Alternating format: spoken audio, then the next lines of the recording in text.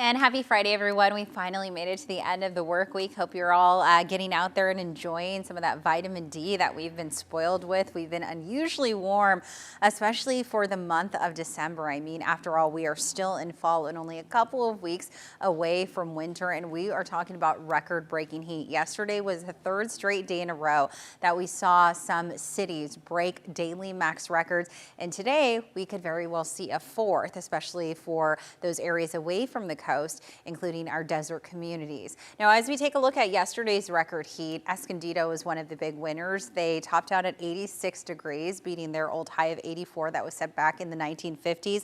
We tied a record of 82 yesterday out in Ramona. We were in the low 70s, beating an old record of 70 for Lake Cuyamaca, and Borrego Springs beat an old record of 81 with a high of 85 yesterday. And Borrego Springs is actually on my radar. That's where we could potentially break another record for another straight day.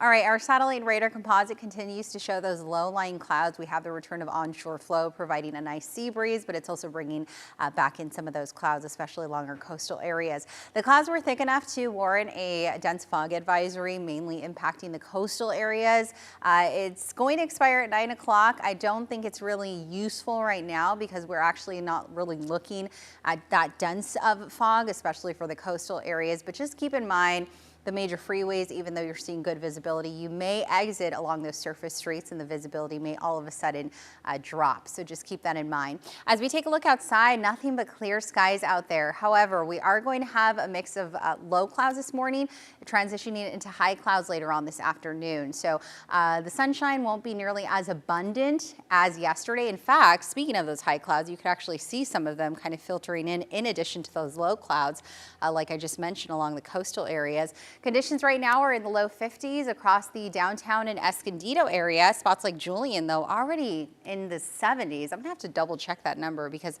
it's quite a climb in current temperatures within the last hour. Mid 50s, meanwhile, for Oceanside, and we're in the mid to high 60s for Borrego Springs. Coastal clouds will continue to filter in each morning heading into the weekend as onshore flow prevails.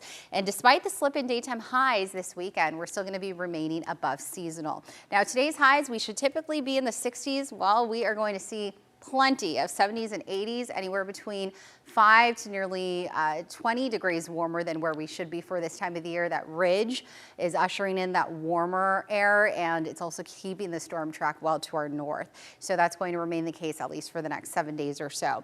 The inland areas will see a slight drop in daytime highs come this weekend, and then we'll see the return of Santa Ana's. That will dry things out and also warm us back up come next week. The mountains and desert areas, typically these numbers should be in the 50s, but we are going to be in the 70s in the coming days, 80s on tap through next week for the deserts.